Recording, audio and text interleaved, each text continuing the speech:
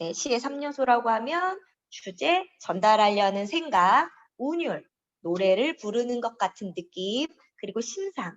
우리 심상은 여태까지 많이 했었는데 심상은 배웠을 때, 1학년 때 배웠을 때는 대답을 잘하는데 2, 3학년으로 갈수록 대답을 하기를 꺼려 하더라고요. 자, 심상은 뭐다? 시를 읽을 때 마음속에, 자, 마음심, 떠오르는 감각, 이걸 심상이라고 불러.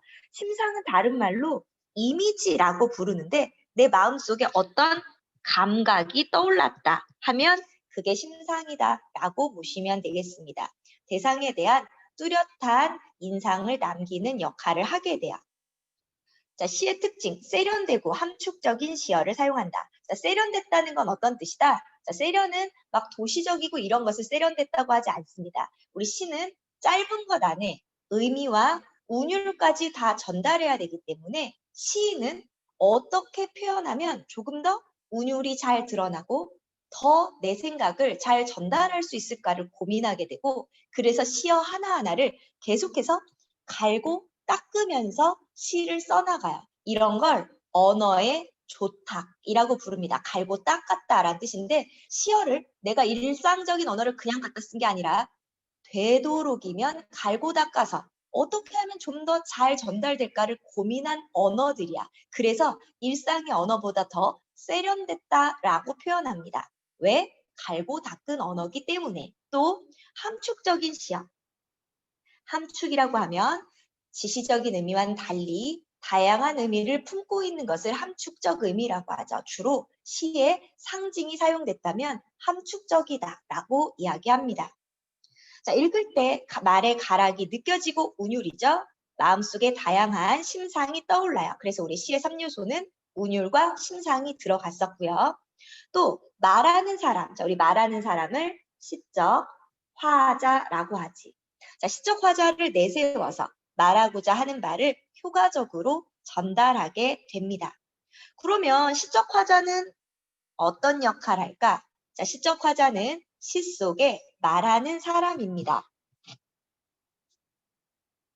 자, 그런데 이 사람은요, 시인 자신이라고 보면 안 되고 시인이 자신의 생각이나 느낌, 그러니까 뭐를, 주제를, 자신이 전하려는 주제를 효과적으로 드러내기 위해서 어떻게 하면 내 생각이 더 잘 전달될까? 자, 이것을 효과적으로 드러내기 위해 시 속에 내세우는 인물, 사람일 때도 있고 사물일 때도 있고 동물일 때도 있습니다. 자, 이렇게 대신 내세우는 것을 시적 화자라고 불러요. 물론 시인 자신일 때도 있습니다. 자, 왜 이렇게 달라진다? 어떤 사람의 목소리 혹은 어떤 사물의 목소리로 전달하느냐에 따라 주제가 잘 전달되는지 가장 잘 어울리는 것을 화자로 설정하게 됩니다. 자, 시적 화자를 설정해서 얻을 수 있는 효과, 시의 분위기를 형성하고 시의 주제를 효과적으로 전달해요. 또 시적 상황에 대한 정서나 태도 등을 드러내는 역할 등을 하게 됩니다. 시적 화자는 시인 자신일 때도 있고 시인이 아닌 다른 인물이나 사물일 때도 있어요. 자, 왜? 주제랑 잘 어울리는 사람의 목소리 혹은 사물의 목소리를 쓴다. 만약 자기 고백적인 성격의 시다. 그러면 누가 말해야지 제일 효과적이겠니? 자기, 시인 자신일 때가 효과적이겠죠. 그럴 때는 시인 자신이 목소리로 전달하게 됩니다. 그런데 내가 어른인데 나는 되게 깨끗하고 순수한 얘기를 하고 싶어. 그럼 어른이 얘기하는 건 깨끗하고 순수한 느낌이 조금 덜 들어. 깨끗하고 순수와 어울리는 건 누굴까? 어린이겠죠. 혹은 나는 평화로운 세상에 대해서 얘기하고 싶어. 평화와 가장 잘 어울리는 거 뭐니? 어린아이들이 까르르 웃으면서 뛰어가는 모습 어때? 굉장히 평화로운 느낌이 들겠죠? 이런 것들을 전달하려고 할 때 어린이의 말투, 이렇게 다른 시적 화자를 내세우게 됩니다. 또 시 속의 시인이 시인 아니에요? 화자입니다.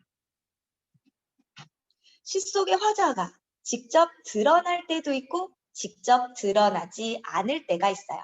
만약 화자가 겉으로 드러난다라고 하면 겉으로 화자라고 나타나는 나라는 말이 나오면 겉으로 드러난 거고, 누군지 알겠지만 나라는 말이 보이지 않으면 겉으로 직접 드러났다라고 보지 않습니다. 아시겠죠? 겉으로 직접 드러난다라고 하면 나가 있다.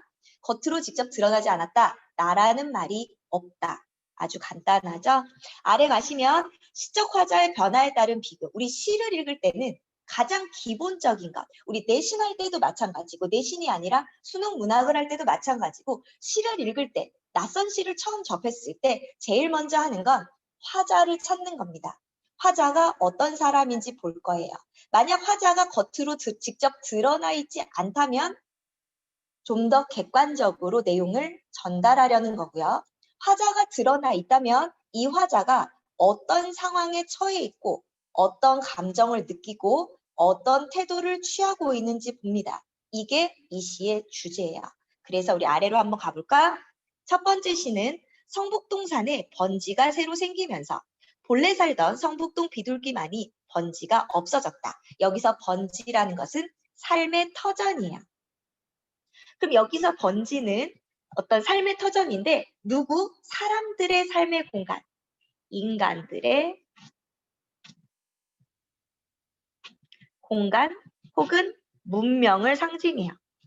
문명이 새로 나타나면서 그렇게 재개발을 하면서 원래 살던 성북동 비둘기, 자연물들은 살 곳을 잃어버렸죠. 바로 삶의 터전을 잃었다. 그럼 어떻게 됐다? 자연이 파괴된다. 새벽부터 돌 깨는 산울림에 떨다가 가슴에 금이 갔다. 자, 시각적 신상 사용해서 어떤 문명의 파괴적인 속성, 이것을 의미하고 있습니다.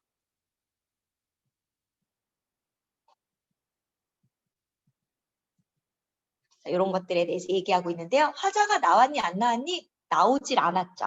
화자가 드러나지 않았더니 어땠어? 좀 더 객관적인 느낌이 든다. 겉으로 드러나지 않는 시적 화자가 성북동 비둘기의 처지를 객관적으로 설명한다. 좀 더 객관적인 느낌을 줄 거고요. 자, 두 번째 시는요. 우리 이거 많이 나와 있었죠? 교과서에 열무 30단을 이고 시장에 간 우리 엄마. 자, 우리 엄마라고 했어요. 1인칭이죠? 안 우시네. 해는 시든지 오래. 나는. 자, 누가 나왔어?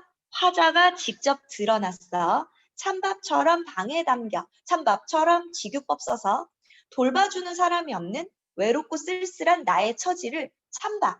촉각적 심상이죠. 차가운 심상을 써서 이야기합니다. 방에 담겨. 아무리 천천히 숙제를 해도 자, 왜? 엄마를 기다리는 나의 모습이죠. 엄마 안 오시네. 배춧잎 같은 발소리 타박타박. 자, 엄마를 간절히 기다리고 있는 나의 심리가 잘 드러나게 되죠. 자, 그래서 시적 화자인 나, 특히 어린아이의 목소리예요.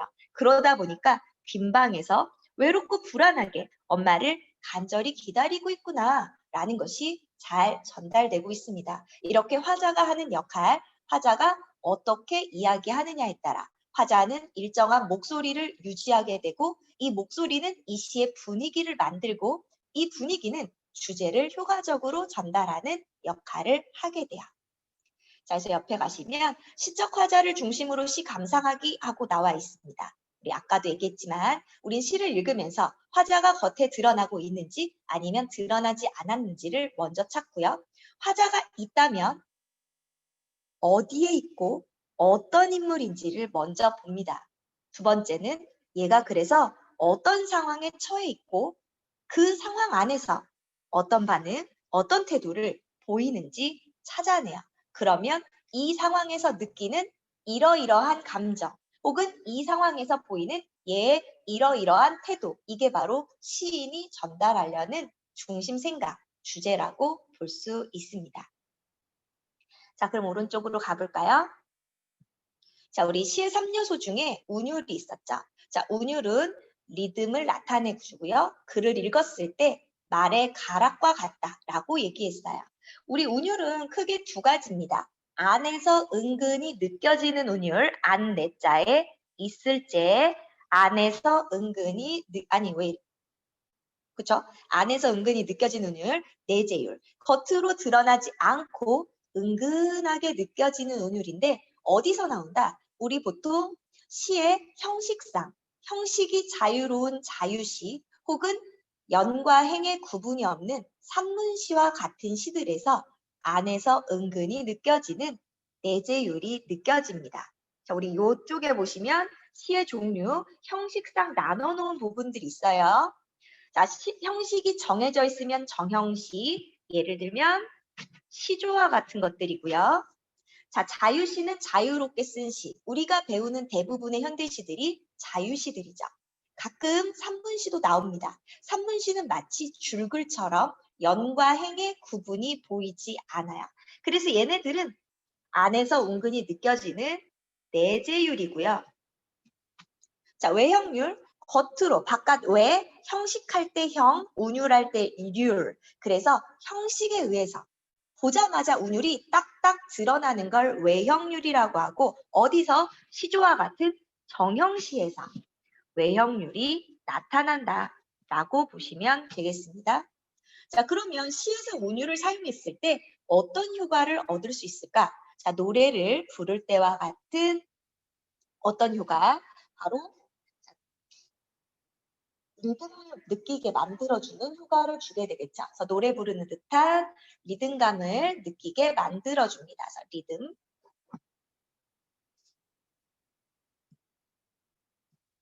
자, 시의 의미와 어울려서 전체적인 분위기. 자, 운율도 분위기를 만드는 역할들을 하게 돼요.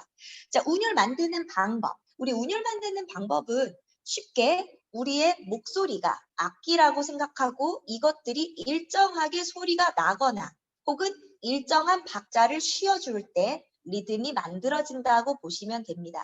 특히 요즘은 랩이라는 장르가 워낙 인기가 있다 보니까 학생들은 랩을 많이 접해봐서 그 랩 안에서도 걔네들도 딱히 막 되게 리듬이 있진 않잖아. 물론 비트가 있고 거기서 랩들이 나오는데 그 말 안에서 리듬이 느껴지거든요. 어떻게 만든다? 같은 음운. 음운이 뭐예요? 자음이나 모음을 음운이라고 합니다. 한번 옆에 읽어볼까? 찰박거리는 맨발들. 원래 이 시 뒤로 가면 찰박찰박찰박 맨발들 맨발들 맨발들 하고 이어지거든. 찰박이나 맨발이라는 단어가 반복되기도 하지만 여기서는 리을 음이나 미음 혹은 니은 음이 반복되면서 운율을 만듭니다. 또 같거나 비슷한 시어나 식구의 반복. 자, 여기 보시면 먼 훗날이라는 말도 반복되고요. 당신, 이전노라, 당신, 이전노라. 자, 이런 시어들이 반복되고 있죠. 자, 또 투명한 신발, 벌거벗은 임금님 신발. 만약 비슷한 속도로 읽어서 한 행을 비슷하게 읽는다면 끝에 똑같이 신발이라는 것으로 만들어지니까 이것들이 운율을 만들어줄 수 있겠죠. 좀 같거나 비슷한 문장 구조. 우리 문장 구조의 반복 뭐라고 부르지? 이것을 대구법이라고 부르죠. 자, 보시면 내를 건너서 숲으로, 고개를 넘어서 마을로, 뭐를 뭐뭐해서 어디로 라는 문장 구조가 반복돼요. 이것도 운율을 만들고요. 또 글자 수의 반복. 우리 글자 수의 반복을 뭐라고 부르죠? 얘는 음수율이라고 부르죠. 자, 글자 숫자를 반복하면서 운율을 만듭니다. 자, 지금 보면 봄바람, 하늘 넘노는 길에 3, 4, 5, 연분홍, 살구꽃이 눈을 틉니다. 자, 이렇게 됐는데요. 얘도 사실 음보도 똑같아요. 3음보입니다.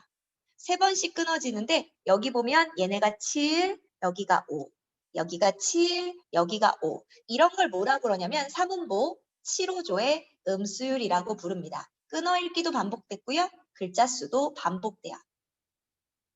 자, 끊어있는 단위 음보율이죠. 자, 시조는 4번씩 끊어 읽어요. 4음보입니다. 여기 나와 있는 얘는 정몽주의 단심가죠. 그래서 시조니까 4번씩. 자, 소리나 모양을 흉내낸 말. 자, 우리 이걸 뭐라고 하냐면 음성 상징어라고 부릅니다. 음성 상징어. 음성 상징어. 자, 소리를 흉내낸 말 음성 상징어 중에 의성어. 모양을 흉내낸 말 음성 상징어 중에 의태어. 의성어나 의태어도 운율을 만드는 역할들을 하게 됩니다. 자, 반어, 역설, 풍자. 자, 우리 반어, 역설, 풍자는 2학년 때 배웠죠? 자, 반어는 뭐예요? 속마음을 숨기고 겉으로는 반대로 말이야. 자, 그래서 말하고자 하는 내용을 오히려 이 반대로 말하면 우리는 얘 속마음이 이게 아닌데 왜 반대로 말하지? 라고 해서 오히려 그 속 내용을 뜻하고자 하는 내용을 강조하거나 내용에 변화를 주는 방법입니다. 그래서 먼 후일, 자, 잊었노라 라고 말하지만 사실은 잊지 못한다, 나 잊지 않을 거야를 강조하는 표현이었고요. 자, 우리 반어를 알려면 얘의 속마음이 어떤지를 정확하게 이해해야 반어인지 아닌지를 알 수 있어요. 내가 얘 속마음을 이해하지 못하면 반어인지 아닌지 구분이 안 됩니다.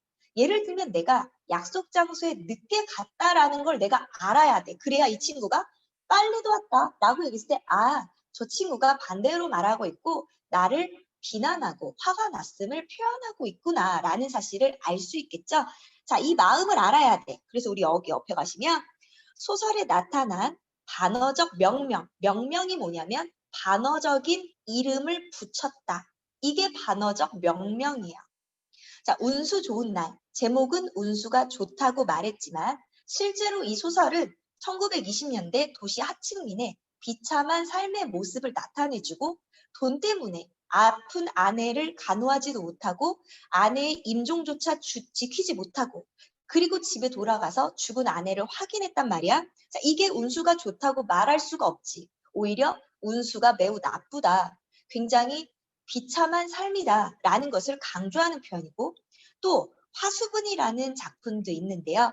역시 화수분이라는 이름의 남자. 이 남자는 워낙에 가난해서 딸 하나를 다른 집에 보내고 자 그리고 걱정이 돼서 갔다 오다가 자 결국에는 막내딸 하나만 살고 나머지 부부는 얼어 죽어요. 자, 이 화수분은 뺐어도 계속 나온다. 멈추지 않고 계속 나오는 재물이 많은 사람을 의미하지만 사실 화수분은 여기서 굉장히 가난한 인물입니다. 반어적인 표현으로 가난한 형편을 오히려 더 강조해 주는 효과가 있어요.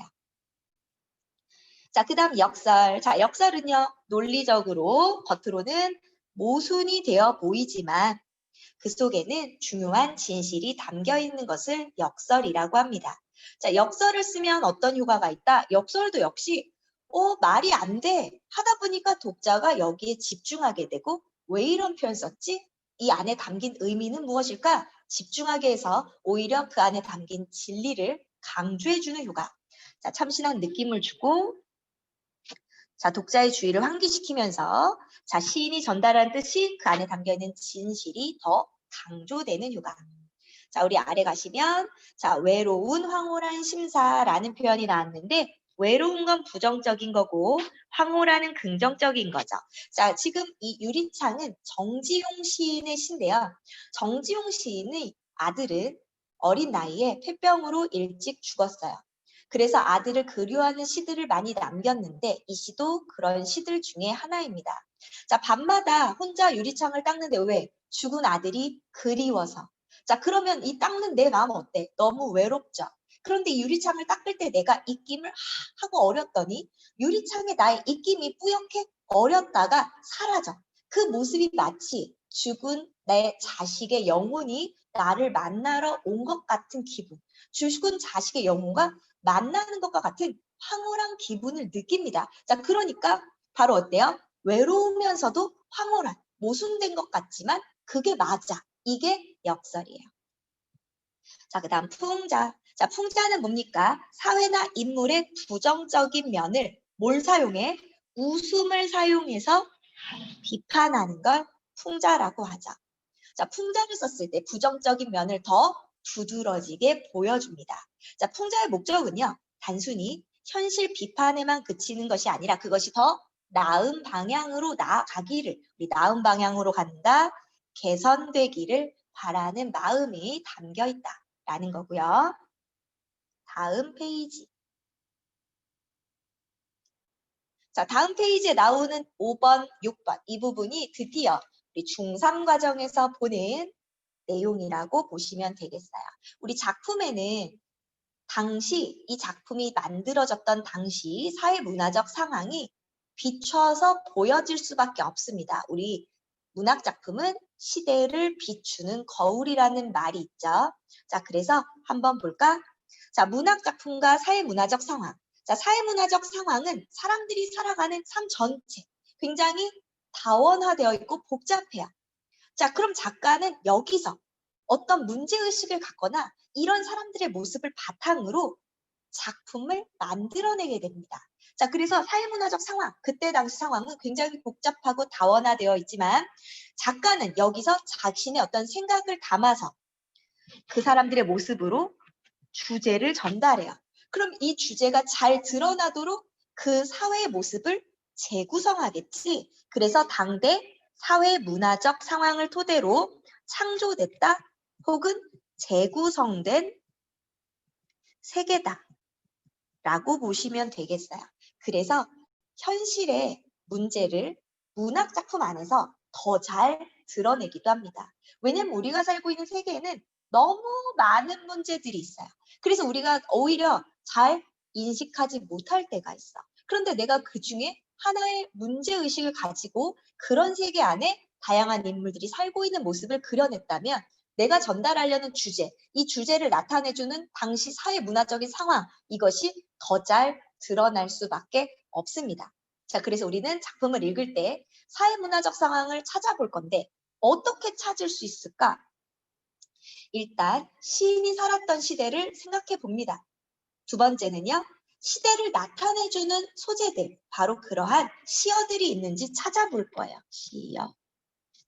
또 시어가 함축하고 있는 상징적 의미를 생각해 본다든지 시적 화자나 대상이 처해 있는 상황을 파악한다든지 사회문화적 상황이 드러나는 배경이나 소재를 찾아봅니다. 자, 한번 아래로 가볼까? 심훈의 그날이 오면. 자, 심훈은 일제강점기 때 저항 시인이고 소설도 많이 남겼습니다. 자, 그래서 우리 보시면 우리 아까 시인이 어느 시대를 살았냐? 바로 일제강점기를 살았고요. 그러면 이 안에 나타나 있는 시어나 혹은 시어의 함축적 의미를 바탕으로 한번 알아봅시다. 자, 그날이 오면은 자, 반복을 통해서 뭐를 하고 있어? 그날이 오기를 바라는 간절한 마음을 강조해.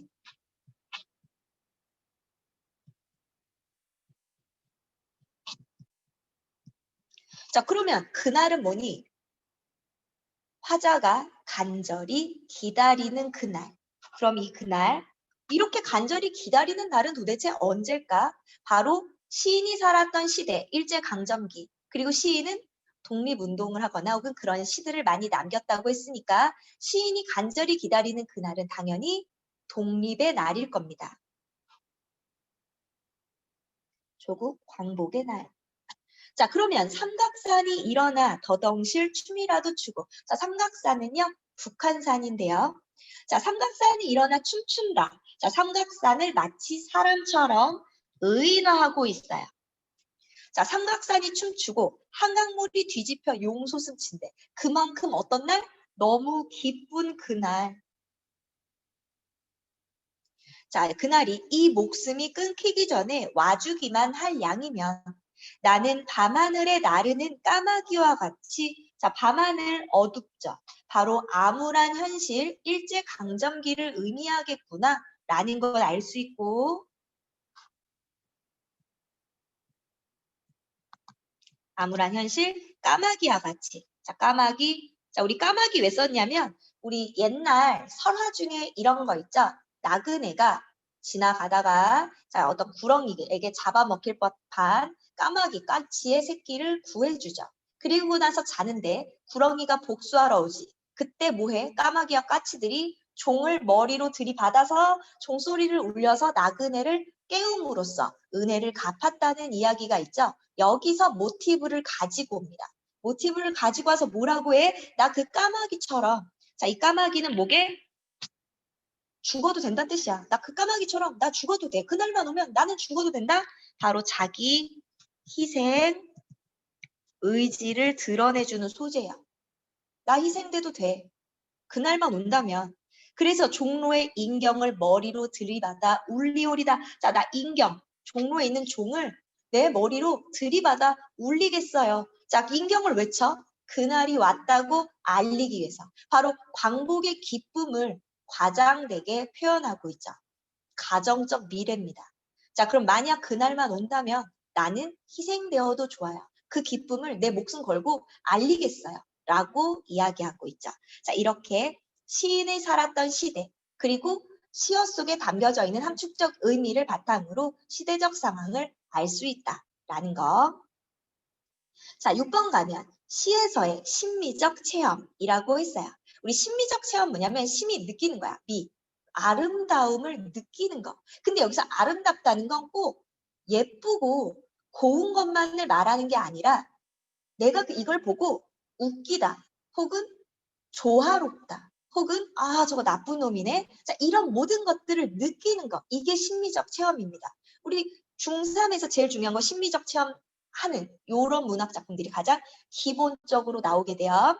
자, 심미적 체험 뜻부터 볼까?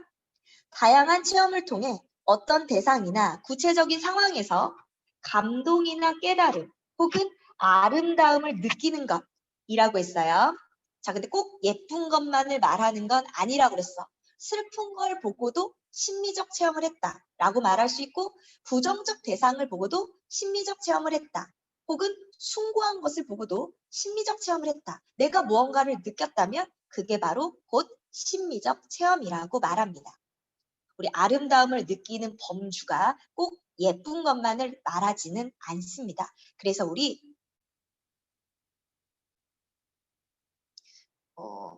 고등 과정에 넘어가면 고전 문학을 볼 때 미적 범주, 아름다움을 느끼는 범주를 4개로 나누어서 이야기해요. 심미적 체험하고 연결이 됩니다. 미적 범주, 아름다움에 대한 범주예요. 보통 고전 작품들에서 이것들을 다루게 되는데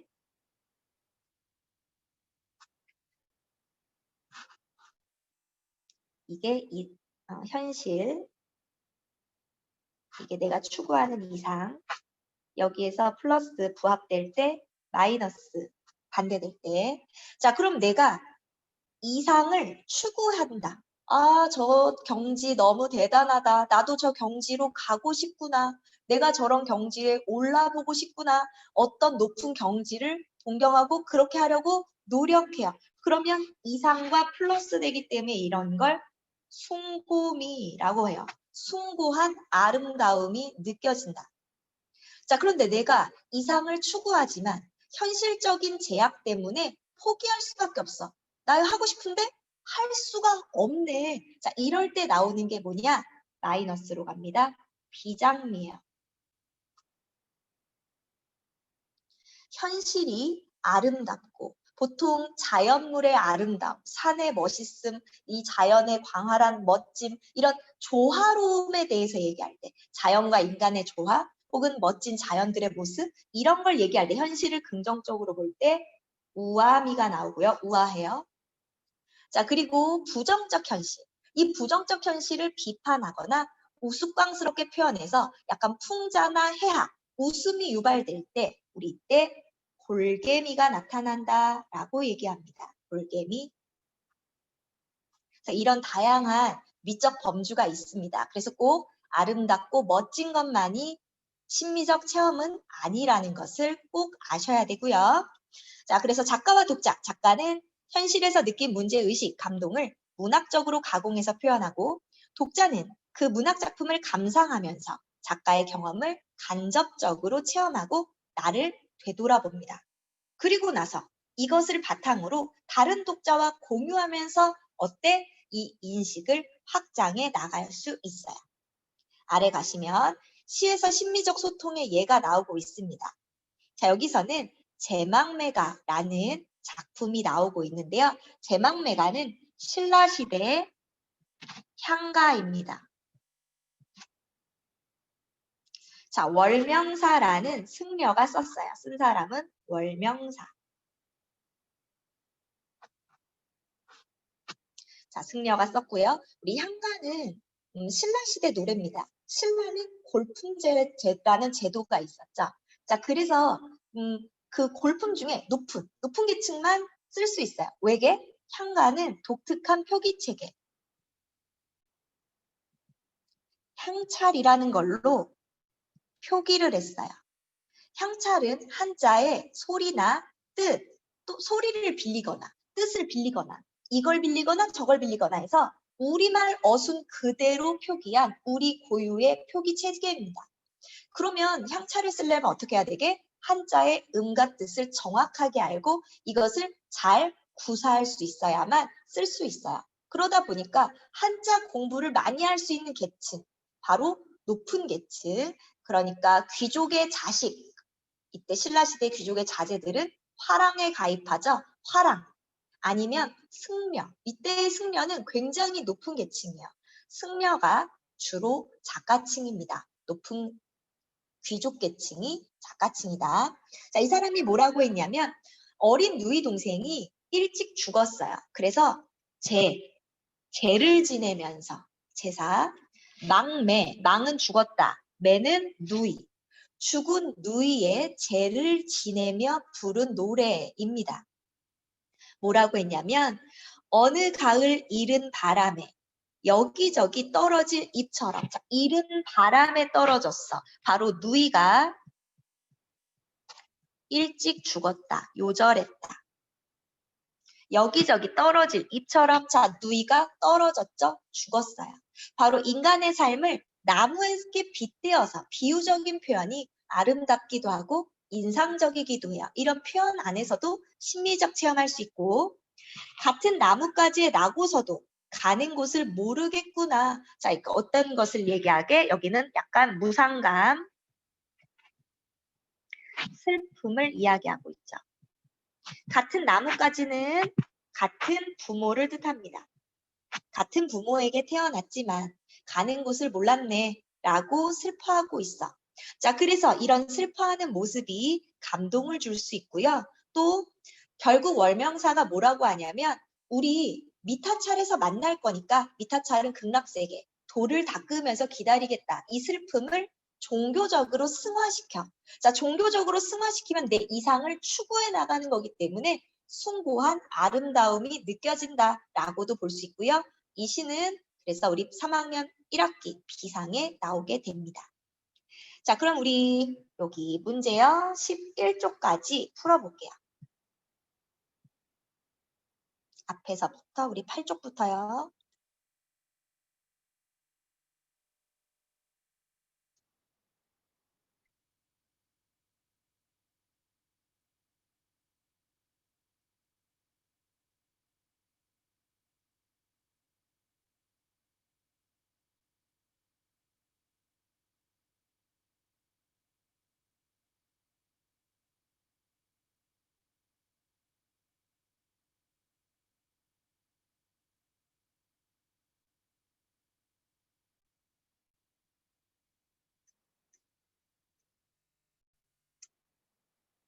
시는 운율이 있는 언어로 시인의 생각이나 느낌을 표현한 문학이고요. 2번, 시인은 자신의 생각을 효과적으로 전하기 위해서 누구를? 시적 화자를 내세운다. 시어는 자신의 정서를 표현하는 글이고요. 자, 그래서 함축적인 상징적 의미를 갖게 되죠. 자, 그리고 시적 화자, 말하는 이에 따라서 어조나 전체적인 분위기가 달라질 수 있습니다. 5번, 시에서 운율이 겉으로 드러나지 않고 시 속에 은근히, 자, 시 속에 있으면 안, 내자에 있을 제자, 안에서 은근히 느껴지는 운율, 내재율이라고 부르고요. 6번, 운율이 일정한 규칙, 자, 규칙에 따라 겉으로 나오면 외형률 맞죠? 자, 말하고자 하는 내용과 반대로 말해요. 반대로 말한다, 풍자는 대상을 조롱하고 비판하는데 뭘 쓸 거야? 웃음을 사용할 거야. 자, 그럼 다음 장. 작가는 작품에 당대의 사회문화적 상황을 반영하여 주제를 전달한다. 네, 당대 사회문화적 상황이 반영되어 있고 당시 사회문화적 상황을 알아야 주제를 더 잘 파악할 수 있습니다.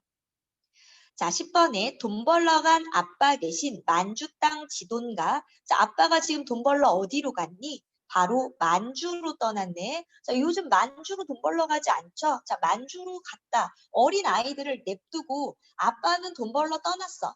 가족 공동체가 해체되고, 자, 돈을 벌기 위해 만주나 이런 곳으로 떠나는 바로 일제강점기를 의미하고 있습니다. 자, 사회문화적 배경을 나타내주는 시어는 지도가 아니고 만주 땅 지도예요. 만주 땅 지도. 그래서 지금 여기 지도만 나오면 X예요. 답이 이상하네요. 자, 만주가 시대적 배경을 알려주는 소재입니다. 자, 1번 봅시다. 보기에 운율 형성 방법. 우리 정몽주의 관심가. 얘는 시조죠. 시조. 자, 시조의 운율 형성 방법 떠올려 보시면 되겠는데요. 이 몸이 죽고 죽어.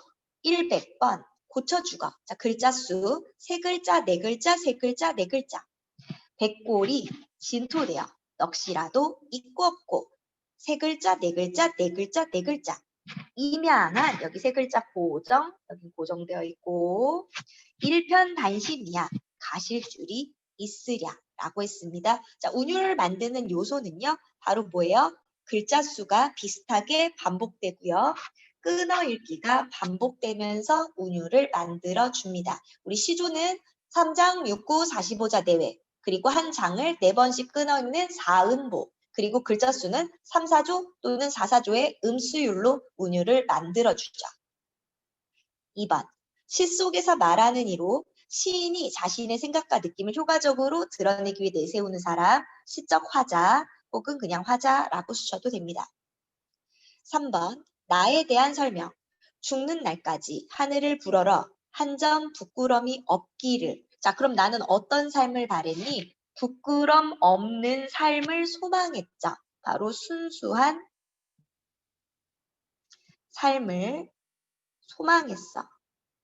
잎새이는 바람에도. 자, 잎새이는 바람이라는 건 아주 작은 내면적인 동요에도 나는 괴로워했다. 그만큼 아주 순수한 삶을 바랬다라는 얘기가 됩니다. 자, 나 시적 화자. 우리 시적 화자를 다른 말로 서정적 자아라고 부릅니다.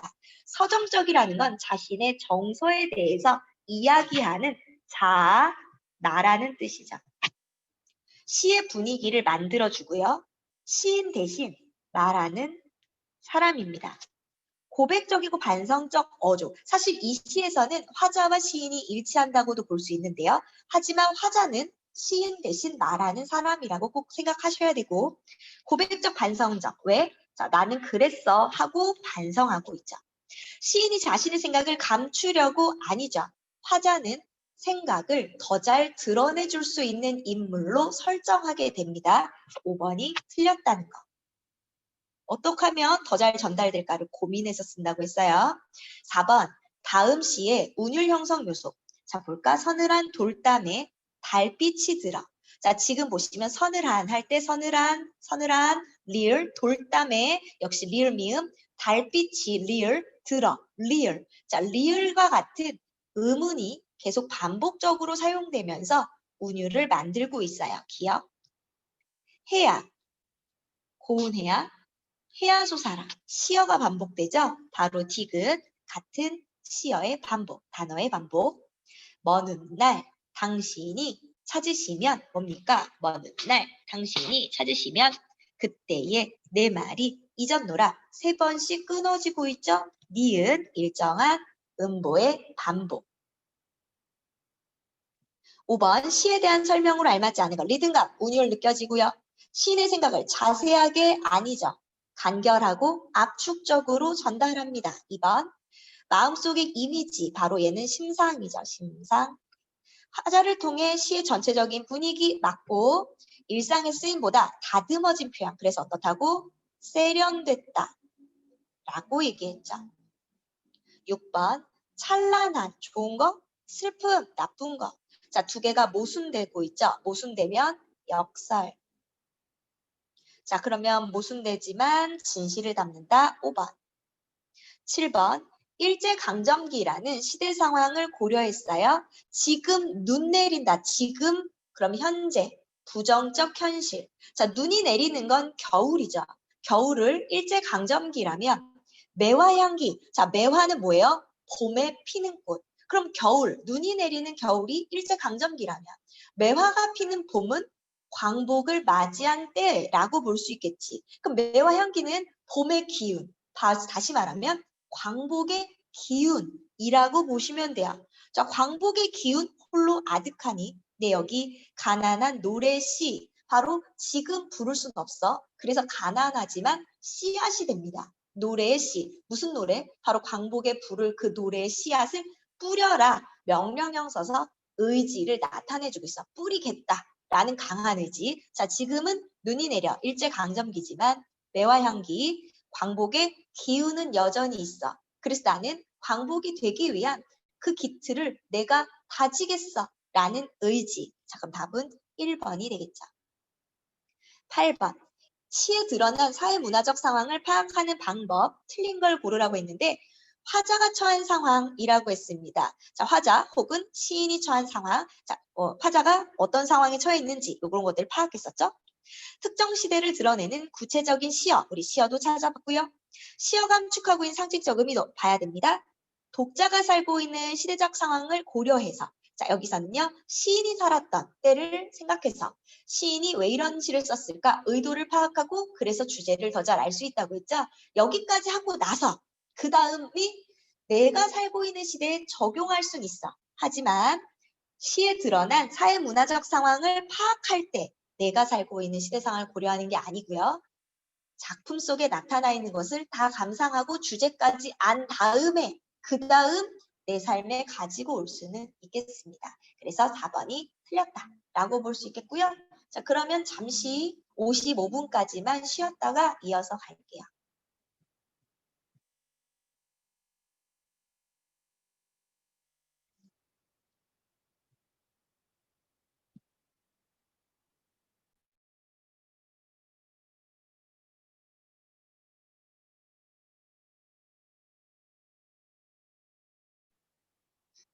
자, 김춘수의 꽃. 자, 김춘수 시인은 보통 대상의 본질을 탐구하는 시를 주로 썼다고 했어. 그래서 우리 이 김춘수의 꽃, 이 꽃이라는 시도 굉장히 유명한 작품이죠. 자, 이거 교과서에 수록되어 있지 않다 해도 사실 고등학교 올라가선 무조건 알아야 되는 시기 때문에 굉장히 중요합니다. 뭐 주지주의 시다라고도 얘기해요. 주지주의 뭐냐면 정서보다는 그 의미를 전달하는 것을 목적으로 하는 걸 우리 주지주의라고 얘기합니다. 그러면 우리 내용을 한번 보도록 할게요. 그래서 얘는 주지적인 성격이 있고요. 자, 첫 번째 것부터 봅시다. 1년부터 보면 내가, 자, 지금 화자가 겉으로 등장하고 있죠. 자, 나.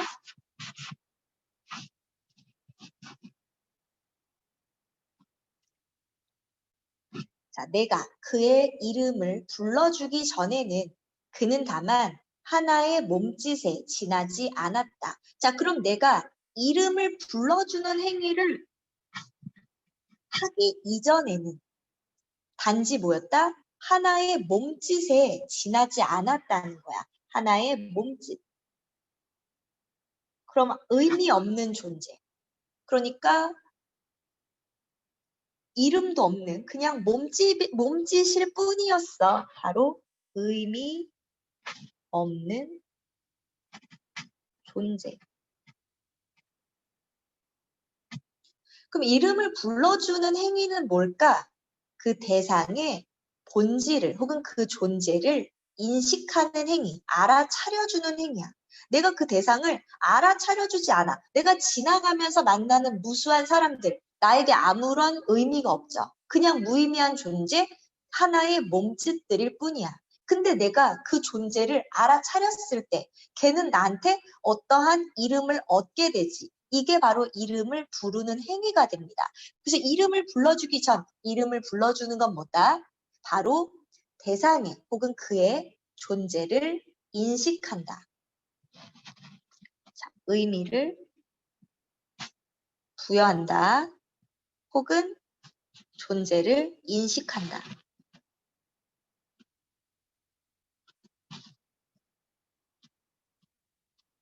자, 이름을 불러주는 일은 바로 이런 의미예요. 대상에 어떤 의미를 부여하거나 대상의 존재를 인식하는 행위. 이것이 이름을 부르는 행위예요. 자, 내가 이름을 불러주기 전 그는 그냥 하나의 몸짓, 의미 없는 존재일 뿐이었어. 내가 그의 이름을 불러주었을 때, 자, 이름을 부르는 행위를 하고 나니까 그는 나에게로 와서 뭐가 됐다? 꽃이 되었다. 자, 꽃은 아름다운 거고 가치 있는 존재죠.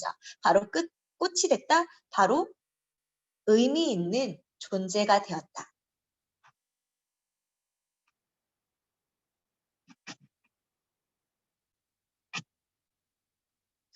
지금 보면 거의 다 뭐뭐다 하고 끝나면서 운율을 만들어 줄 겁니다. 내가 그의 이름을 불러준 것처럼 바로 그의 존재를 인식하고 그 어떤 의미를 부여한 것처럼 나의 이 빛깔과 향기에 알맞는 이 빛깔과 향기, 그럼 나의 본질에 맞는 내가 가지고 있는 존재의 나라는 존재의 본질에 딱 맞는 누가 나의 이름을 불러다오. 자, 이거 내 소망이죠. 누가 날 좀 불러줬으면. 자, 그러면 나도 뭐 할 거야? 그에게로 가서 나도 그의 꽃이 되고 싶다. 바로 누군가에게 의미 있는 존재가 되고 싶다.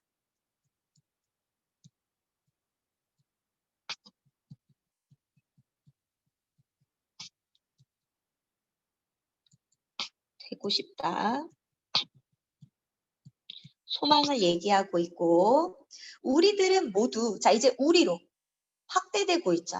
바로 내가 걔 이름을 불러주기 전에 그리고 내가 걔 이름을 불러줬을 때 그러면 누가 나를 그렇게 불러줬으면 다시 우리들은 이라고 나갔단 말이야. 그래서 이거 점점점 확대되는 점층적 구조예요. 점층적으로 확대됩니다. 우리들은 모두 무엇이 되고 싶다. 무엇? 서로 관계야. 이번에는 관계. 서로 간의 관계가 되는 겁니다. 너는 나에게, 나는 너에게 잊혀지지 않는 하나의 눈짓이 되고 싶다. 자, 너는 나에게, 나는 너에게 라고 했으니까 서로에게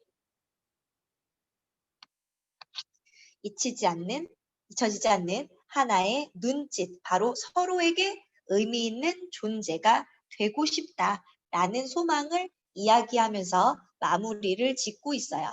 그래서 이름을 부르는 행위는 무엇이다? 존재를 알고 의미를 부여하는 과정. 그래서 무엇이 되고 눈짓이 되는 건 무엇이다? 바로 진정한 의미 있는 관계가 되는 것을 말합니다. 자, 이름을 불러주기 전에는 뭐였어? 몸짓이었지만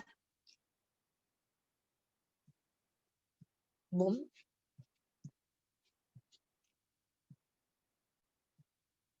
자, 몸짓이었는데 이름을 부르는 행위를 하고 나서는 뭐가 됐어? 꽃이 되고 자, 그리고 결국 뭐야? 서로 서로에게 의미 있는 관계. 우리들은 모두 뭐가 되고 싶다? 무엇이 되고 싶고 그리고 눈짓이 되고 싶다. 라고 얘기하고 있습니다. 그러면 의미 있는 존재 한쪽에만이 아니라 뭐야? 서로에게 진정한 의미를 맺기를, 진정한 관계가 형성되기를 바라는 마음을 담은 노래다라는 거. 자, 그러면 한번 지문 내용 확인부터 볼게요. 되고 싶다라는 식구가 반복적으로 사용돼서 자, 반복적으로 사용됐는지 볼까? 여기 보시면 자, 그러면 되고 싶다, 되고 싶다, 되고 싶다 라는 식구가 반복적으로 사용되고 있고 그래서 소망을 말하고 있죠. 누가 나를 불러줬으면. 그래서 서로 의미 있는 관계가 되었으면 이라는 소망을 나타내주고 있고 이름을 불러주는 것은 대상의 존재를 인식하고 대상에 어떤 특별한 의미를 부여하는 것을 의미합니다. 자, 3번. 이름을 부르기 전 의미 없는 존재는 몸짓이었고요. 자, 그렇지만 꽃과 뭐는 눈짓은 의미 있는 존재를 의미합니다. 자, 그럼 우리 이 시에서 꽃은 무엇일까? 아래 꽃의 상징적 의미. 이 시에서 꽃은 구체적 사물이 아닌 시인의 관념, 생각을 대신 말해주는 추상적 존재다. 꽃은 사물이 아니라 추상적 존재예요.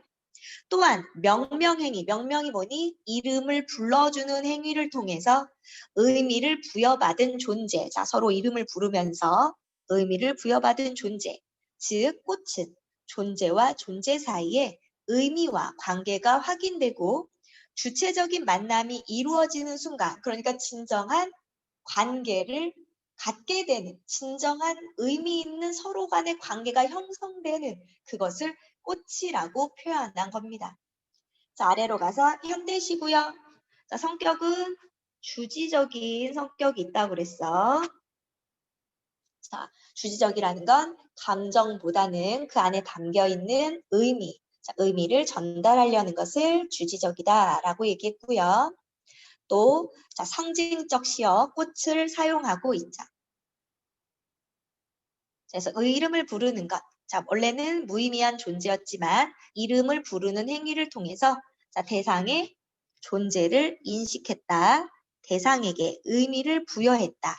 진정한 관계를 맺게 된다라는 것이 이름을 부르는 행위고, 자, 화자의 소망은 뭡니까? 누가 내 본질에 걸맞는 이름, 내 본질을 알아봐 줬으면 좋겠고, 그래서 그에게 의미 있는 존재가 되고 싶고, 또 서로 진정한 의미를 맺는 그런 관계를 형성하고 싶다라는 소망을 이야기했어요. 시가 아주 쉬운 시는 아니지만 그렇다고 문제가 아주 어렵게 나오지는 않으니까 옆에 문제 한번 각자 풀어볼게요. 자, 그래서 1번에 5번이 답이 되겠죠?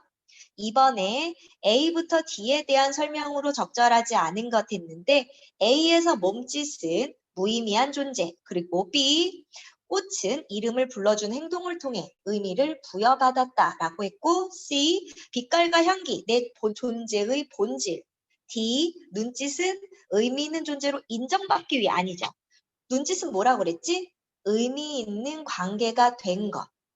서로에게 의미 있는 존재가 된 거, 이 상태, 그 자체를 눈짓이라고 표현하고 있고요. 진정한 관계를 형성하고 싶은 소망을 노래한 시입니다. 3번, 이 시를 바탕으로 모방시를 썼는데 어때? 형식은 똑같이 가지고 왔어요. 형식은 똑같이 가지고 와서 밥동무, 내가 그와 밥을 먹기 전에는 자, 밥을 먹는 행위와 이름을 부르는 행위가 똑같죠. 다만 한반 친구, 자, 얘는 몸짓입니다. 그냥 의미 없는 존재. 자, 내가 그와 밥을 먹었을 때, 이름을 불러줬을 때 나에게 와서 뭐가 돼? 단짝이 돼. 내가 그의 밥을 먹은 것처럼 나의 이 입맛과 식욕에 알맞은, 이건 뭐라고? 내 본질, 내 본질에 맞는 누가 나와 함께 밥을 먹어다오. 짝이 되는 행위. 그에게로 가서 나도 그의 단짝이 되고 싶다. 우리들은 모두 무엇이 되고 싶다. 의미 있는 존재, 잊혀지지 않는 하나의 밥동무가 되고 싶다. 자, 형식을 똑같이 따라가고 있죠. 자, 그러면 틀린 건 몇 번입니까? 2번인데요. 이 시의 화자처럼 구체적인 경험을 바탕으로 자, 이 시의 화자는 추상적인 관념을 구체적인 대상, 사물로 바꿔서 표현한 굉장히 상징적인 시를 썼어요. 그러니까 우리 여기서 구체적인 경험을 바탕으로 썼다라고 볼 수는 없겠죠. 4번, 보기를 바탕으로 이 시를 감상했습니다. 자, 어린 왕자라는 소설의 일부가 나오고 있는데요. 아니, 난 친구들을 찾고 있어. 길들인다는 게 뭐지? 그건 사람들이 너무나 잊고 있는 건데 그건 관계를 맺는다는 뜻이야. 여우가 말했다. 관계를 맺는다고? 자, 그럼 길들인다는 말은 관계를 맺는 거랑 같은 거래. 다시 말하면 우리 시에서 뭐라고 그랬지? 이름을 불러주는 행위와 같은 겁니다. 물론이지. 여우가 말했다. 넌 나에게 아직은 수없이 많은 다른 어린 아이들과 조금도 다를 바 없는 한 I에 지나지 않아. 이건 뭐니? 이름을 부르기 전 의미 없는 존재죠. 그래서 나는 네가 별로 필요하지 않아. 너 역시 내가 필요하지 않고 나도 너에게는 수없이 많은 다른 여우들과 조금도 다를 바 없는 한 마리 여우에 지나지 않겠지. 하지만 네가 나를 길들인다면, 자, 이름을 불러주면 우리는 서로가 필요하게 되는 거야. 서로가 필요한 거. 너는 내게 이 세상에서 하나밖에 없는 존재가 될 거고 난 내게 이 세상에서 하나밖에 없는 존재가 될 거고, 자, 하나밖에 없는 존재가 되는 게 바로 이 길들이는 행위로 인해서 얻게 되는 것, 꽃이 되는 것이고 무엇이 되는 것이고 눈짓이 되는 겁니다. 자, 그럼 적절하지 않은 건 몇 번이에요? 4번이죠. 지금 보면 기억이 뭡니까? 이름을 불러주는 거고 니은도 이름을 불러주는 거죠. 자, 그러면 기억은 하나밖에 없는 존재가 되기 위한 소망이고 니은은 그런 존재가 되기 위한 노력이다 라고 했는데 둘 다 똑같은 겁니다. 의미 있는 관계를 맺는 거. 이게 이름을 불러주는 행위인 거죠. 자, 5번. 이 시에서 몸짓과 대비되는 시어. 자, 몸짓은 의미가 없는 거였어. 그럼 의미 있는 걸 다 고를 겁니다. 몸짓의 반대는 우리 동그라미 한 거 꽃, 그리고 무엇, 그리고 눈짓. 자, 의미를 비교하라고 했는데 바로 몸짓은 의미 없는 존재, 꽃과 무엇, 눈짓은 의미 있는 존재를 의미하죠.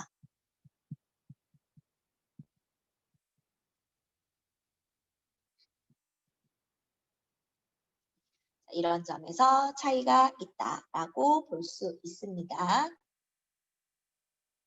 자, 그러면 우리 시 내용은 여기까지 나갈게요. 자, 그래서 우리 여기 보시면 조평안의 처지가 나오고 있어요. 6.25 전쟁 때 어머니는 죽고 누나도 죽었어. 근데 이건 얘가 그렇게 믿고 있는 겁니다. 조서방이 전쟁 난 이듬해 봄 면소 닷새장에 나가, 닷새장은 5일장, 5일에 한 번씩 나가는 장바닥에 비럭질하는 전쟁고아를 데리고 오는데 그가 바로 귀먹보인, 귀가 먹었어, 귀가 잘 안 들리는 조평안이다. 평안도 말씨를 쓰고 있어 이름을 평안이라 짓고, 그러니까 귀가 잘 안 들리고요. 조평안의 상황, 귀먹보, 귀가 안 들렸고요. 자, 평안도 말씨를 쓰는데 자기 이름도 몰라. 그래서 평안이라고 이름을 짓고 자신의 호적에 이름을 올렸다. 그리고 다른 자식처럼 초등학교에도 보냈다. 그래서 전쟁으로 가족을 다 잃고 귀도 먹고 기억도 다 잃은 상태로 다른 집에서 키워지게 됩니다. 그러던 어느 날 현 선생이 누이 비슷한 사람이 전쟁 때 잃은 남동생을 애타게 찾는다는 것을 알려주지만 조평아는 누이가 죽었다며 거짓말이라고 한다. 안 믿어요. 하지만 현 선생은 사진을 찍고 평안도 어디에서 살았는지 누이 이름은 무엇인지 물어본다. 조평아는 전쟁 때 충격으로 기억을 상실한 터, 그러니까 전쟁의 아픔을 여전히 벗어나지 못하고 있는 상황. 현 선생은 누이 동생의 이름은 이수옥이고 지금은 스위스에 산다고 했다. 현 선생은 이 소식을 전해준 거제도에 사는 간호사 줄리 선생과 이메일로 답장을 주고받으며 조평안에 현재 모습을 사진으로 보내고 신체 조건, 정수리 흉터와 귀가 좀 먹었다는 점 등 지나온 이력을 자세히 소개한다. 마침 이수옥이 가족과 함께 동생을 찾기 위해 한국을 방문하고 현 선생은 조평안과 황 이장과 함께 서울 워커힐 호텔로 간다. 자, 이수옥은 누나인지 아직 밝혀지지 않은 상태인데요. 어쨌든 자신의 남동생을 찾기 위해 한국에 온 인물입니다. 자, 그러면 넘어가 볼게요. 워커힐 온 부분부터 보겠습니다.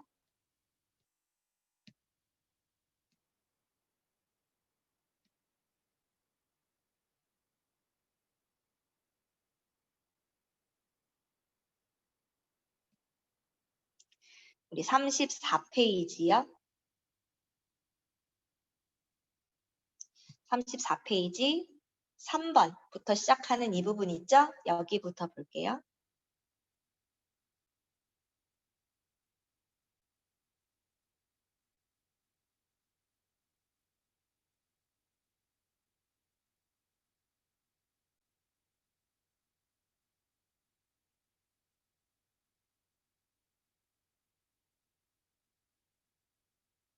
잡혔어요. 자, 3번 단락부터 봅시다.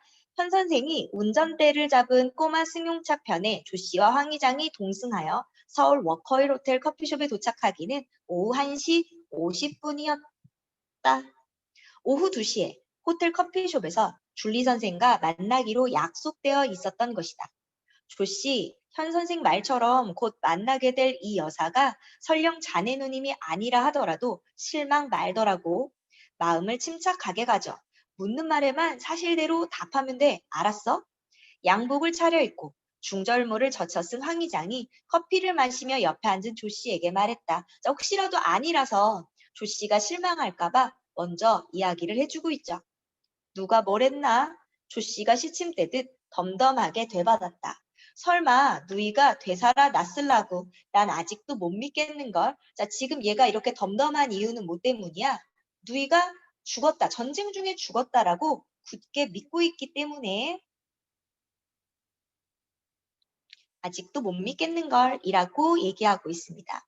어제 현 선생 차편으로 면소에 나가 목욕과 이발을 한 조 씨는 새로 사입은 뻣뻣한 점퍼를 걸치고 있었다.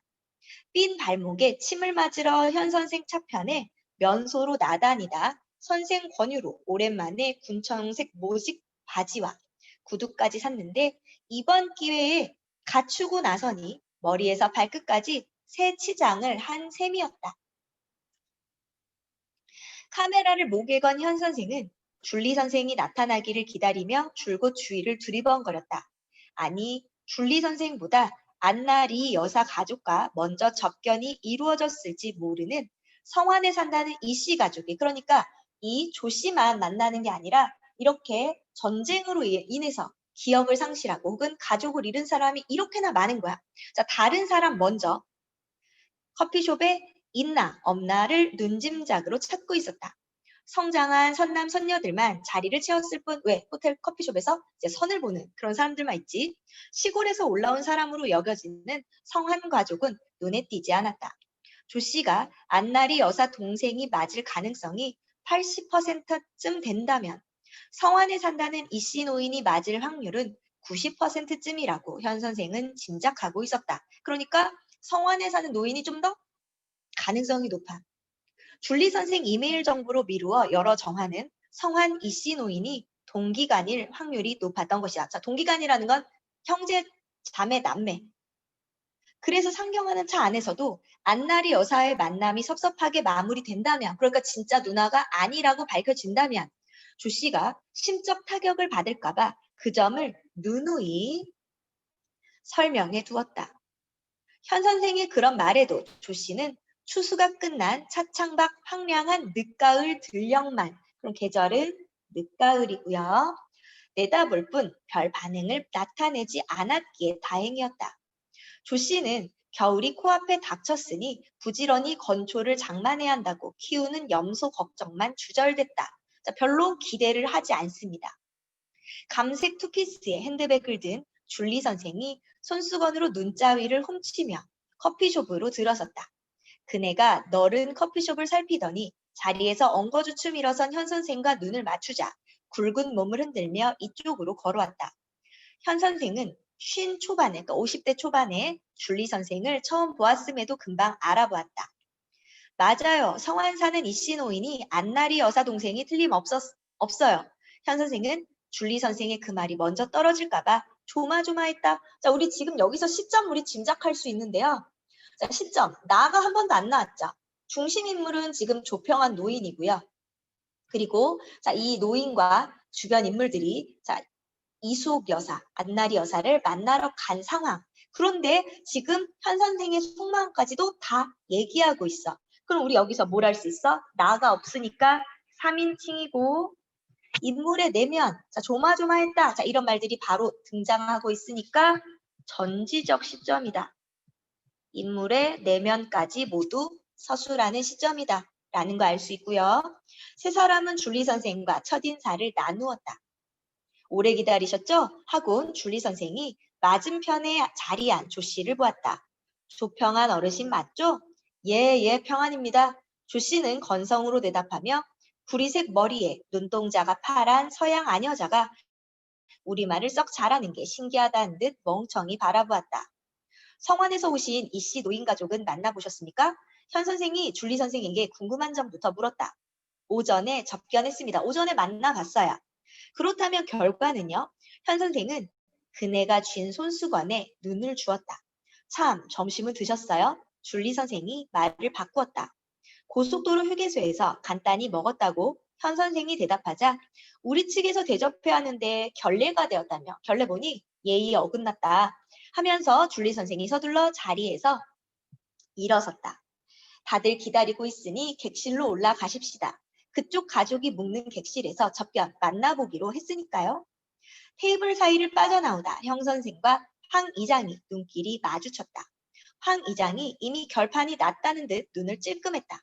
현 선생 직감도 그랬다. 자, 어떤 결판? 아, 그 영감이 동생이었나 보다. 조평화는 아닌가 보다. 라고 짐작하고 있죠. 줄리 선생이 묻는 말에는 대답 않고 딴전을 피운 것만 봐도 동기간 상봉에 감격한 나머지 잠시 잊고 있던 조 씨를 떠올리고 급히 커피숍으로 나왔음이 틀림없다고 판단했다. 만나봐야 헛수고이겠지만 서울까지 힘든 걸음했으니 접견하지 않을 수 없는 마지못한 걸음임에 틀림없었다. 커피숍 계산대 앞에 현 선생이 나서는 걸 줄리 선생이 앞질러 차값을 냈다. 네 사람은 객실로 올라가는 엘리베이터를 탔다. 황 의장은 층수를 더해가며 깜빡대는 숫자를 보다 더 못 참겠다는 듯 답답한 침묵을 깼다. 부근 도로에서 비행기 폭격을 당했겠다. 평안도 안 죽은 출신이다. 성씨가 이씨라면 그분이 틀림없겠군요. 자, 오전에 만났던 사람이 동생 맞죠?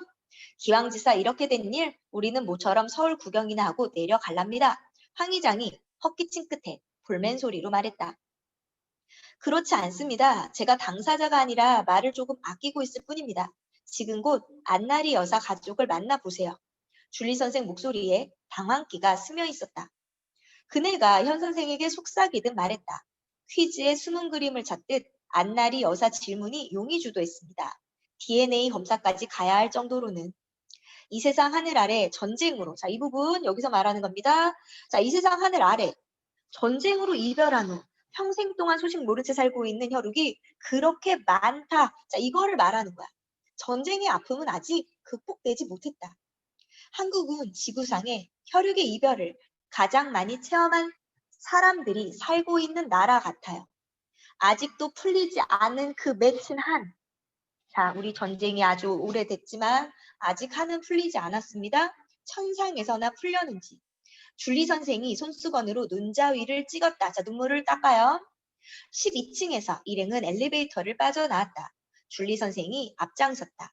코너를 돌아 첫 번째 객실 문 앞에서 그네가 손기쳐 노크를 딱딱 했죠. 기다리고 있었다는 듯 40대 초반의 금발머리 서양 여자가 문을 열어주었다. 안나리 여사 며느리였다. 줄리 선생이 비켜서며 길을 내주자 현 선생이 주춤거리는 조 씨를 뒤허리를 밀어 앞장세웠다. 침대방은 따로 있는 듯 넓은 거실에 아들, 딸을 양쪽에 거느린 몸매 여인 안나리 여사가 정중앙 자리에 휠체어에 앉아 있었다. 나이치고 별 주름살 없이 곱게 늙은 그네는 반백이 된 머리칼을 쪽머리로 단정히 빗어 묶었고 자주색 스웨터 차림이었다. 군살 없는 달걀형 얼굴에 뾰족한 턱이 조 씨와 닮았음을 현 선생과 황 의장이 한눈에 알아보았다. 둘이 닮았네. 그러면 그렇지. 이 늙은이 눈은 못 속여 하고 황 의장이 입속말을 중얼거리며 조금 전과 달리 어깨에 으쓱 힘을 주었다. 안나리 여사의 자녀는 동서양 피가 섞여 혼혈티가 났다.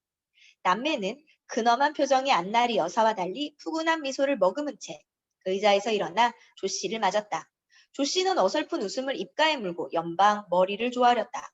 줄리 선생이 나서서 서로를 소개하자 그들은 한국말과 프랑스말로 인사를 교환했다. 안나리 여사만이 휠체어에 꼿꼿이 앉아 정기 반짝이는 눈으로 꾸부정한 조 씨를 뜯어보고 있었다.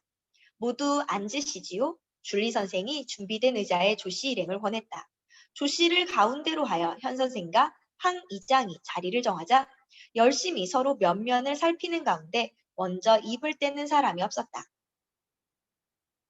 안나리 여사 며느리가 사반에 올린 오렌지 주스를 탁자로 날랐으나 아무도 잔을 손에 대지 않았다. 약간 뭔가 긴장된 분위기죠. 현 선생이 줄리 선생에게 조평한 노인이 귀가 어둡다는 점을 작은 소리로 환기시켰다.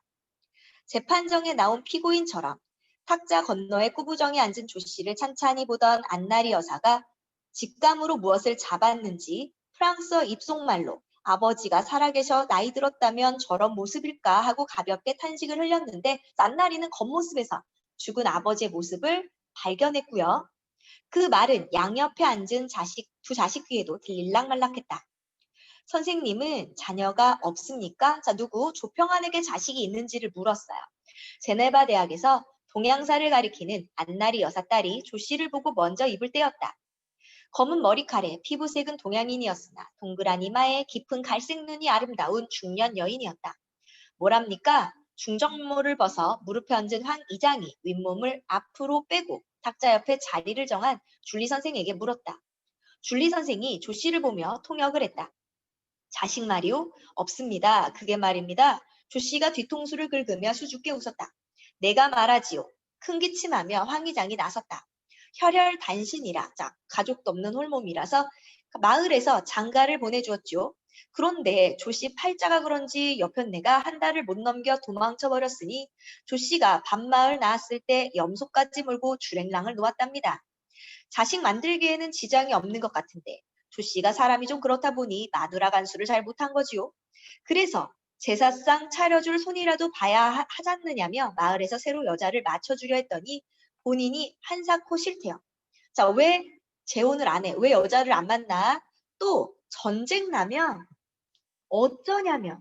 자, 그러니까 결혼해서도 제대로 못 살고 자식도 갖지 않는 이유는 전쟁으로 인해서 또 가족이 헤어지는 그런 아픔을 겪고 싶지 않기 때문에 바로 전쟁의 아픔에서 벗어나지 못했다는 거.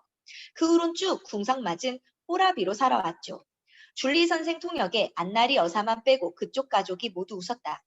코발트색 양복에 정장 차림인 아들이 가장 큰 소리로 웃자 안나리 여사가 아들에게 눈총을 주었다. 이제 어머님이 말씀하시라며 제 남편이 앉은 의자에 기대어 선 안나리 여사 며느리가 프랑스 말로 말했다.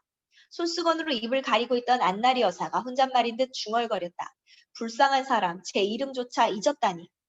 줄리 선생이 그 중얼거림을 옮길까 말까 망설이다 그만두었다. 안나리 여사가 손수건으로 눈자위를 찍었다. 그 눈자위 찍는 거는 운다는 얘기가 눈물이 났다. 그네 눈이 충혈되어 있었다. 조씨 말이오, 전쟁난 이듬해 마을로 처음 들어왔을 때 제 이름도 모른 채 오마니 누이하며 두 사람만 찾았다오. 평안도 말씨를 쓰기에 이부 거기서 피난 나온 아이인 줄 알고 마을에서 평안이라 이름 지어 주었지요. 황 이장이 말하며 조씨 옆구리를 집적였다. 이 사람아, 구워다 놓은 보리자루처럼 앉았지 말고 뭐라고 운 좀 떼어봐. 내가 무슨 할 말이 있게 저분이 누이라고? 글쎄, 조씨가 머리를 설레설레 흔들었다. 왜? 그는 여전히 누이가 전쟁 때 죽었다는 생각에서 헤어나지 못하고 있었다. 자, 누이는 죽었으니까 자, 앞에 있는 여자가 누이다라고 아예 생각도 안 하고 있어. 줄리 선생이 안나리 여사 가족에게 황 이장 말과 족시 반응을 통역했다. 안나리 여사 가족은 무슨 말인지 이해가 간다는 듯 머리를 끄덕였다. 현 선생은 이쯤에서 자기가 나설 차례임을 알았다. 조평한 영감님은 전쟁 전 기억을 상실한 채 어머니와 누님이 그 춥던 겨울에 비행기 폭격으로 사망했다는 사실만 어렴풋하게 기억할 뿐입니다. 이수옥 여사께서 전쟁 당시 사실을 말씀해 준다면 조평한 영감님 잠재의식 속에 묻힌 기억의 실마리가 풀려나올지 모릅니다. 저는 그 점이야말로 두 분이 혈육임을 밝혀내는 가장 중요한 단서가 될 거라고 믿습니다. 현 선생이 준비해 두었던 말이었다. 줄리 선생은 손짓을 해가며 현 선생 말을 부지런히 옮겼다. 제네바 국제금융기관에서 일한다는 안나리 여사의 아들이 나섰다. 어머니는 한국 전쟁으로 가족을 잃었기에 그 상처가 너무 커. 한국말은 일절 입에 담지 않아 지금은 한국말을 거의 잊어버렸습니다. 자, 역시 안나리도 그 전쟁의 아픔에서 벗어나지 못했다. 자, 그래서 안나리도 상처가 너무 커. 한국말은 하지도 않았고 한국말을 잊어버렸다. 미국으로 건너가 10년을 사셨는데 그런 의미에서 영어도 마찬가지입니다. 미군 비행기 폭격으로 어머니와 동생을 잃게 되었으니까요. 자, 그러니까 영어도 거의 잃어버린 거나 마찬가지야. 미국으로 살았는데 영어도 마찬가지. 미국에 사는 동안 어머니 기도 제목이 뭔지 아십니까? 미국이 아닌 영어를 사용하지 않는 전쟁이 없는 나라에서 살고 싶다. 바로 여기서도 어머니가 전쟁의 아픔이 굉장히 컸다는 사실을 알 수 있죠. 그 기도를 신이 허락했는지 아버지를 만난 겁니다. 스위스는 프랑스어, 독일어, 이탈리아어를 공용하지만 영어를 쓰지 않으며 영세 중립국으로 전쟁이 없는 평화의 가치를 소중히 여기는 국가입니다. 어머니가 영어를 사용한 경우가 꼭 2번 있었는데 미국의 양부모님을 스위스로 초청했을 때였습니다. 어머니는 그 미국 분들 은혜를 평생 잊을 수 없다고 어릴 때부터 우리에게 늘 말씀하셨습니다. 미국 한 가정이 어머니의 미래를 열어주었으나 소녀 시절 한국에서 받은 미국에 대한 좋지 않은 감정만은 우리 어릴 때나 지금이나 변함이 없습니다. 그 이유를 알기에 우리는 어머니 마음을 충분히 이해합니다. 줄리 선생이 수첩에 안나리 여사 아들 말을 부지런히 메모했고 프랑스 말을 한국말로 옮기느라 애썼다. 그네가 통역에 얼마나 열심이었던지 이마에 땀이 맺혔다. 줄리 선생의 통역이 끝나자 이제 안나리 여사 딸이 나섰다. 어머니는 전쟁으로 굶주리는 아이들에 대한 애정이 각별한 분입니다. 내전을 겪는 아프리카의 결식아동 돕기 시민단체에 평생을 헌신해 오셨습니다. 아프리카 오지를 수십 차례 다녀오셨고요. 최근에는 북한 경제 사정이 나빠져 식량 부족으로 어린이들이 영양결핍으로 몹시 어렵게 지낸다는 걸 알고 어머니가 한 일을 계속 얘기하려고 하니까 안나리 여사가 손을 저으며 딸의 말을 막았다. 내 말을 중간에 끊어 미안하다만 너희들의 그런 내 소개가 지금 꼭 필요하다고 생각하느냐. 우리가 이 상면 서로 마주 만난 이것의 본질을 놓치고 있는 건 아니냐. 죄송해요. 줄리 선생이 모녀의 그런 대화까지 통역하지는 않았다. 안나리 여사가 조 씨를 정면으로 주시했다. 갑자기 긴장된 분위기가 흘렀고 실내 공기가 침묵으로 팽팽해졌다. 안나리 여사가 침착한 어조로 조 씨에게 물었다. 아버지가 전사했다는 통지서가 집으로 배달되었던 그의 가을. 자, 전사는 아버지가 전쟁에서 죽었다는 거죠. 우리를 안고 오랫동안 설게 어머니가 우신 걸 기억합니까? 줄리 선생 통역에 조 씨가 안나리 여사를 멀거니 보며 눈만 껌뻑였다. 그날 진종일 가을비가 내렸는데 조 씨는 도무지 생각이 나지 않는다는 멍청한 표정으로 머리를 저었다. 어머니와 우리가 피난 내려올 때 지프차 타고 후퇴하던 미군들이 차에서 내리더니 피난민 대열에서 장정들만 따로 골라내어 두 손을 들게 하여 한 자리에 모아놓고 불문곡절 이유도 묻지 않고 묻지도 따지지도 않고 총을 쏘아 죽인 걸 기억합니까? 그때 미군들이 겁먹은 장정들을 거칠게 다루며 외친 말을 나는 똑똑히 들었습니다. 미국에 가서야 그 말뜻을 알게 되었는데 차마 입에 담을 수 없는 인간 비하의 욕설이었습니다. 인민군이 민간복으로 바꿔 입고 피난민 대열에 섞여 있다고 그들은 인간으로서는 차마 할 수 없는 그런 짓을 저질렀죠. 그때 미군을 보았던 게 생각납니까? 자, 그때 그 전쟁의 추억, 아팠던 기억들을 계속 이야기하면서 기억을 떠올리게 하고 있어. 안나리 여사 말을 줄리 선생이 통역하자 황 의장이 중절 모든 손을 내저으며 불끈 나섰다. 그건 이 여사가 잘못 알고 있는 겁니다. 어릴 때 당한 일이라 오해하고 있어요. 피난민 대열 속에 인민군이 민간인 복장을 한 채 총을 피난 보따리에 감추고 끼어 있다가 미군을 만나면 드르륵 갈겨댔대요. 그런 일이 비일비재하자 미군들은 불시에 또 그런 변을 당할까봐 피난민 대멸만 만나면 잔뜩 겁먹어라고 얘기하는데 황 의장 말을 귀 기울여 듣던 조 씨가 벌린 입을 다물지 못한 채 푹 맞은 듯 떨어댔다. 무릎에 얹힌 손까지 심한 경련을 일으키더니 갑자기 머리를 흔들며 소리쳤다. 아니요, 피난 나오다. 나 못 봤어요. 정말 못 봤고 아무것도 몰라요. 자, 그날 기억이 떠오르고 있는 거야. 실내 분위기가 갑자기 어수선해졌다. 안나리 여사 자녀와 며느리가 눈을 크게 뜨고 잠시 제정신을 놓친 조 씨를 주목했다. 줄리 선생은 분위기가 이렇게 돌아가서는 안 되는데 하는 언짢은 표정이었고 현 선생은 남의 말을 가로채어 끼어드는 황 의장이 그만 나서 주었으면 하는 눈길로 이장을 보았다. 오직 침착한 태도와 냉정한 표정을 그대로 유지한 이는 안나리 여사였다. 그네가 주위의 그런 분위기에 아랑곳않고 애써 서름을 억제하며 조 씨에게 말했다. 어린 동생 데리고 하염없이 걷고 걸었던 그의 겨울, 추위와 배고픔을 나는 이날 이때까지 하루도 잊어본 적 없답니다.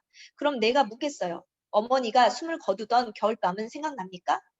줄리 여사 통역을 듣던 황 의장이 답답해 미칠 지경이란 듯 조씨 무릎을 흔들며 조씨 귀에 대고 큰 소리로 말했다. 이 사람아, 그건 기억난다고 했잖아. 꿈을 내지 말고 어서 말해봐. 그래, 그래, 기억나. 그제야 조씨가 머리를 끄덕였다. 그렇다면 어머니가 숨 거둔 그날 밤 하늘 보고 내가 했던 말을 기억합니까? 안나리 여사도 답답했던지 프랑스 말에 달아 천장을 쳐다보며 별 말입니다 하고 분명한 한국 발음으로 강조했다. 그네는 터지려는 울음을 손수건으로 막았다. 한순간에 실내는 숙연해졌고 모두 시선이 조씨 얼굴에 쏠렸다. 조씨가 천장을 올려다보며 눈을 깜빡이더니 추위를 타듯 어깨를 움츠리고 온몸을 떨어댔다. 자, 그때의 기억이 떠오르는 거죠. 하늘의 별 보고 내 뭐라 말했어? 본물이 터진 듯 안나리 여사 입에서 자연스럽게 한국말이 터졌고 낮춤말을 썼다. 자기 동생이라고 확신하는 거죠. 그네가 팔걸이 쥔 손에 얼마나 힘을 주었던지 휠체어가 흔들렸다. 오만이별 거기 있어. 자, 우리 이 소설의 제목이기도 하죠. 바로 안나리 여사와 조평안이 남매다라는 것이 밝혀지는 소재야. 허공을 보는 조씨 입에서 꿈결이듯 그 말이 흘러나왔고 눈동자가 뿌옇게 풀어졌다. 손수건으로 입을 막아 격한 감정을 다스리던 안나리 여사의 비탄이 터진 것은 그 순간이었다. 오만이별을 알다니 내 동생이 틀림없어. 엄마가 숨을 거둔 겨울밤이었다. 자, 그때 과거로 가죠. 폭격으로 반쯤 허물어진 빈집에 무너진 천장 사이로 밤하늘이 보이고 참 별들이 하늘 가득 보석처럼 박혀 있었다. 헌 이불을 둘러쓰고 서로 껴안아 체온으로 밤을 새울 때 밤하늘의 별을 보며 누이가 말했다. 중기라 저 하늘에 반짝이는 별 2개를 봐. 아바지 별과 오만이 별이야. 천지강산에 우리들만 남기고 아바지가 오만이를 내리빌고 하늘에 가서 별로 떴어. 저기 오만이 별 보여? 자, 여기가 과거 부분이죠. 중기라 내 이름은 이중길이야. 여기로 오라고. 안나리 여사가 떨리는 2팔을 한껏 벌리고 외쳤다. 그 순간을 놓치지 않겠다는 듯 현 선생이 앞으로 나서며 카메라를 들이댔다. 안나리 여사 며느리는 뒤쪽에 따로 준비해둔 한아름 생화 꽃다발을 들고 활짝 웃으며 조씨 쪽으로 걸어갔다. 그래서 결국 남매다, 가족이었다라는 것이 밝혀지게 됩니다. 그러면 우리 오만이별 내용을 정리해 볼게요. 자, 우리 8단. 자, 지금 현 선생은 안나리가 찾는 남동생이 조평안이라고 생각해서 줄리 선생에게 연락을 취합니다. 전개, 현 선생은 안나리가 동생을 찾기 위해 한국행을 결심했다는 소식을 듣게 되고요. 조평안과 안나리가 만나서 사연을 소개하고, 자, 조평안은 과거 기억을 떠올리면서 안나리는 조평안이 동생이라는 것을 확신해요. 결국 안나리와 조평안이 남매라는 것이 밝혀지고 둘이 재회하는 것으로 마무리가 됩니다. 자, 우리 이 소설 시점 뭐라고 그랬죠? 3인칭 전지적 시점이고요. 안나리와 조평안은 6.25 전쟁 때 폭격으로 인해서 정신이 없는 터에 헤어지게 됩니다. 안나리와 조평안은 6.25 전쟁 때 아버지는 전사하고 어머니는 폭격에 맞아서 돌아가시죠. 안나리는 전쟁 후 스위스가 아니고 미국으로 입양을 갔다가 스위스 남자와 결혼해서 스위스에서 살고 있어요. 조평안은 결혼도 하지 않고 홀로 생활하고 있다. 자, 지금 홀로 생활하는 건 아니고요. 맞는데 결혼은 했었지만 아내가 도망갔고 그 뒤로 재혼하지 않고 혼자 사는 겁니다. 조평안은 오랜 시간 동안 누나를 그리워하며 아니죠. 자, 누나가 죽었다.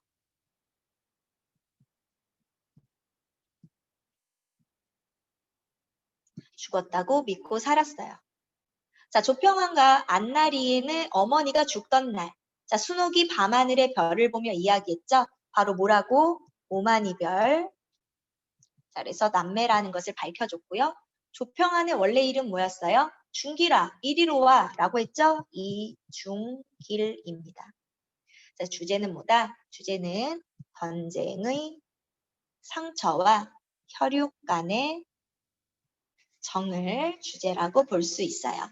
자, 그래서 오늘 내용 여기까지고, 그러면 우리 다음 주 읽어와야 되는 소설 뒤에 겨울 나들이 읽어오시고, 지금 겨울 나들이 프린트를 보내줄게요.